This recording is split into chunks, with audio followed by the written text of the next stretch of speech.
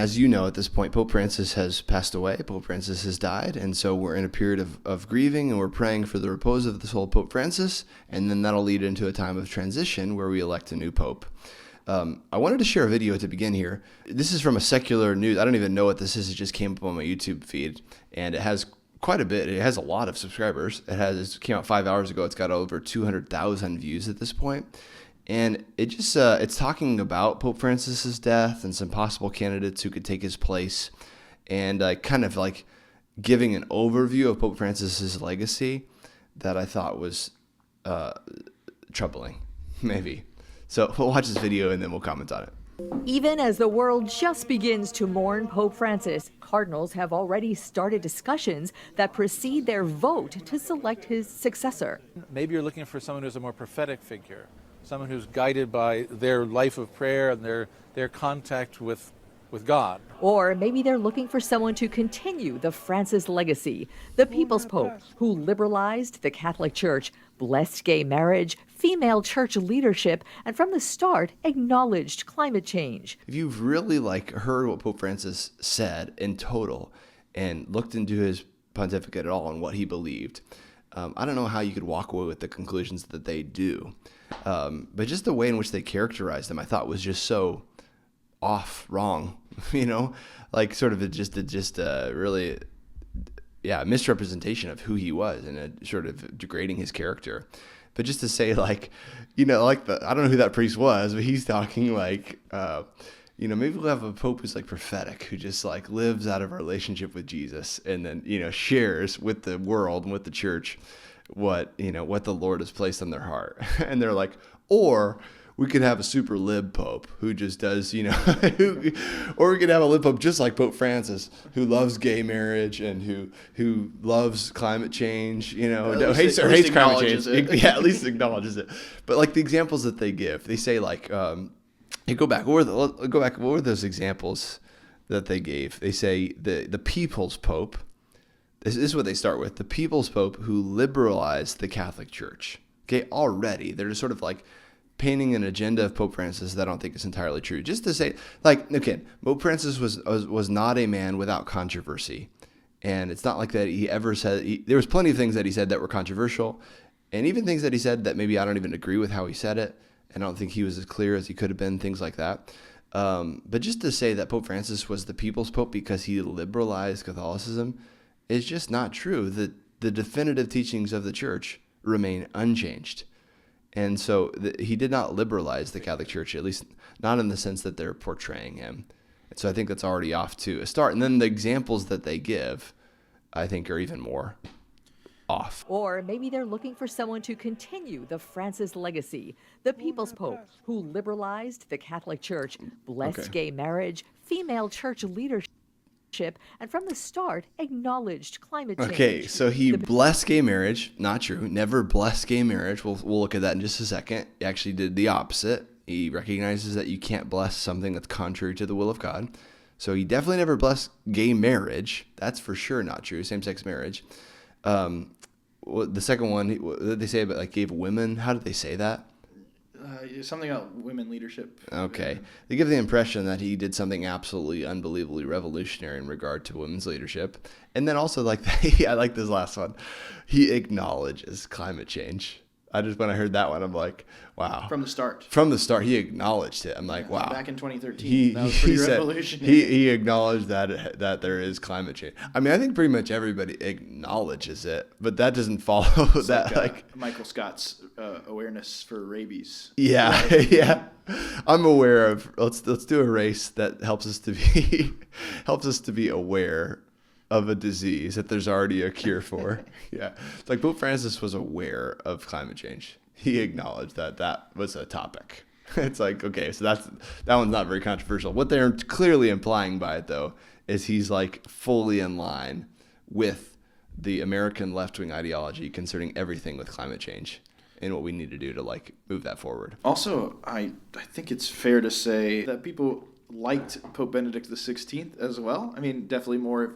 I would say, I guess it's fair that it's more Catholics really liked him, and maybe the rest of the world didn't necessarily. But lots of people love Pope John Paul II. It's like not like we haven't had a people's pope.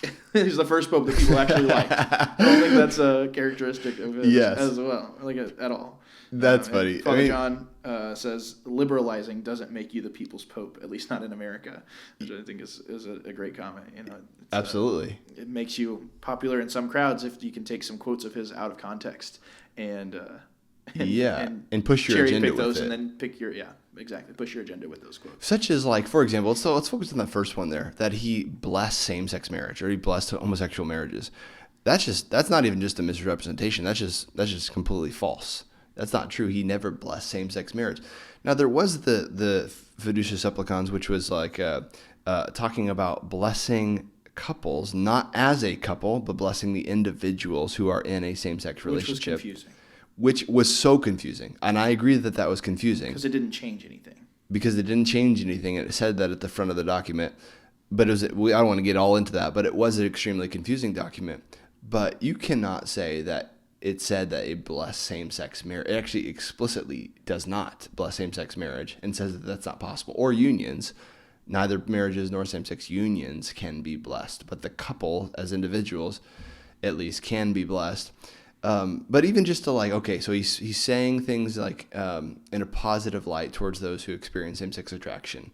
So they just take that and run with it as if he is just 100% on board with same-sex marriage, and all these other sort of the liberal agenda.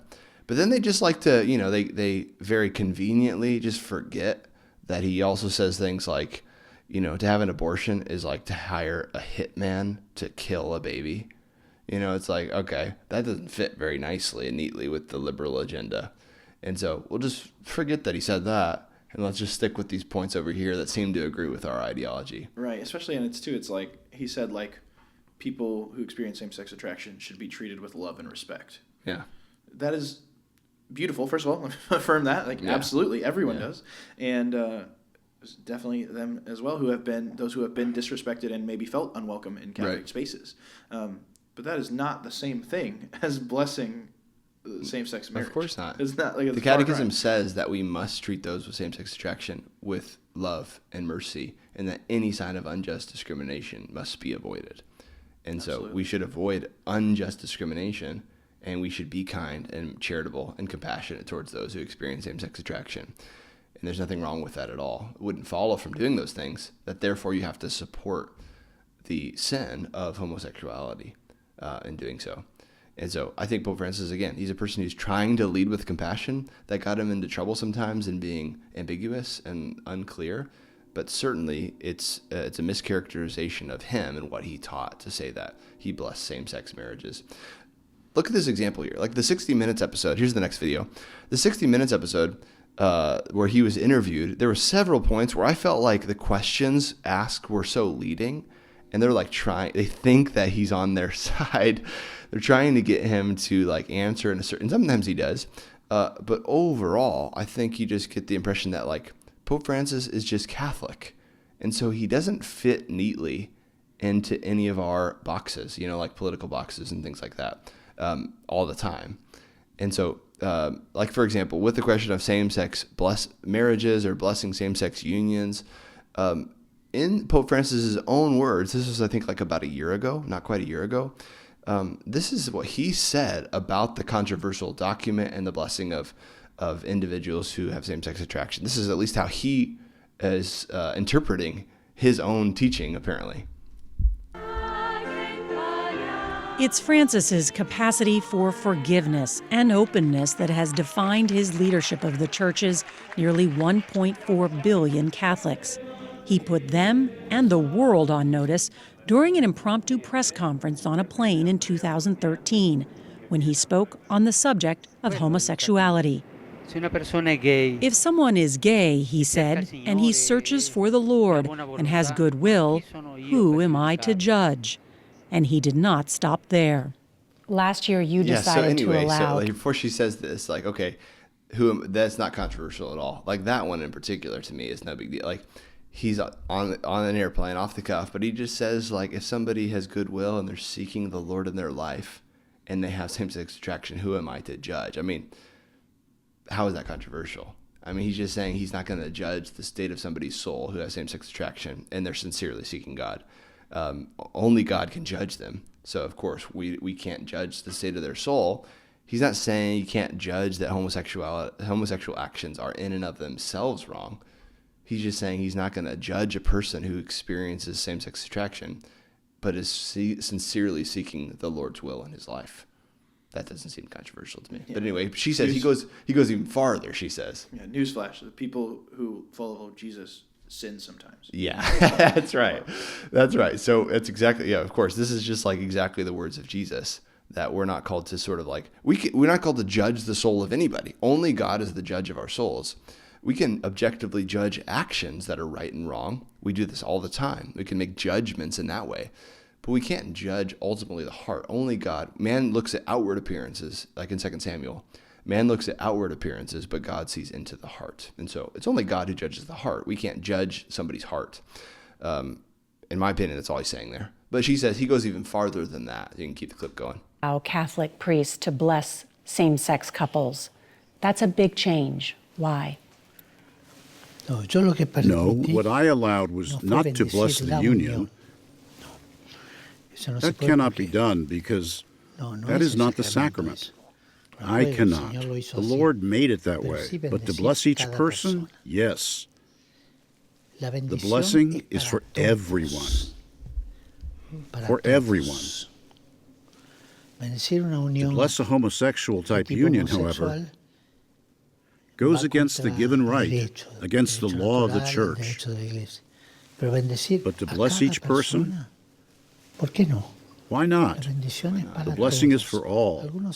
Some people were scandalized by this, but why? Everyone. Everyone. At least in his own teaching, like in his interpretation of his own teaching, he doesn't see what he put out there as ever blessing a union, a homosexual union. He says that explicitly in any way. But the individuals, and he does it like this, the individuals, like, why not? Like, we can't bless sin. We can't bless something that is definitively contrary to the will of God. And so, like, going back to that news article, he did not bless same-sex marriages, certainly. He did not bless same-sex unions. She asked him, you bless same-sex couples. Even to that, he actually says no. He doesn't bless the relationship. He blesses individuals, because all individuals can receive the blessing of God in their life to live according to his will, which would not be to live a homosexual lifestyle.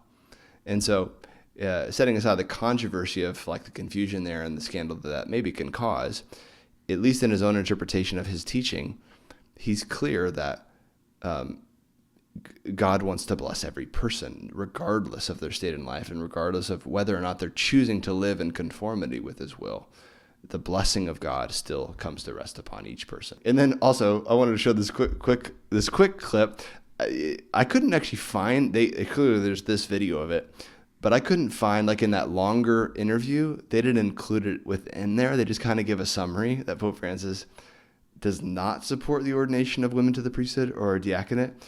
And so again, just to push back on this sort of generalization that he's liberalizing the Catholic Church, giving the impression that like he's moving the agenda forward to get women closer and closer to the priesthood and the diaconate, to holy orders. But this is something that's divinely instituted, and we're bound to the decision that Jesus made to ordain men. For a little girl growing up Catholic today, will she ever have the opportunity to be a deacon and participate as a clergy member in the church? No. You can stop it. Yeah, that's all it is. Just 12 seconds. All right. So for sure, again, it comes back to the point I said earlier. Regardless of the controversy of Pope Francis's pontificate, regardless of how you may feel about him or disagree with the things that he said or taught, which is all fair, he did not change any teachings of the church. And this comes back to the fundamental reality that the papacy is a divine institution. And the papacy is not merely of human origin. And so we believe that no matter what the Pope maybe personally believes, that the Holy Spirit protects the Pope from ever formally binding the church into error. It's impossible. It goes back to the words that Jesus said to Simon when he changed his name to Peter, to Rock. He said, upon this rock I will build my church, and the gates of hell will not prevail against it. I will give you the keys to the kingdom of heaven. Whatever you, to Peter, whatever you bind on earth shall be bound in heaven, and whatever you loose on earth shall be loosed in heaven. If something can't be bound in heaven, that's false. And so we understand that there's a divine protection of the office of the papacy. So even if it was true that Pope Francis wanted to, change the teachings in some area, it's not a possibility, because the Holy Spirit leads the church into all the truth and protects the Pope from formally ever defining anything that's erroneous. That's an error. And even in the times when there were actually bad popes in the history of the church, they never taught anything that was in error. They never bound the church to error. And just again, this for 2,000 years, this shows that the church is not merely a human institution, but despite the human weaknesses and imperfections of the people within the church, even their hierarchy, God is ultimately in charge of the church. And he leads the church to truth and protects from all error. And so I just think, I don't think that Pope Francis was like some crazy out there heretical pope or bad pope in some ways. But even if he had been, nothing within the church's teachings has changed, and its definitive teachings. And so we can trust in God and his guidance of the church that he established.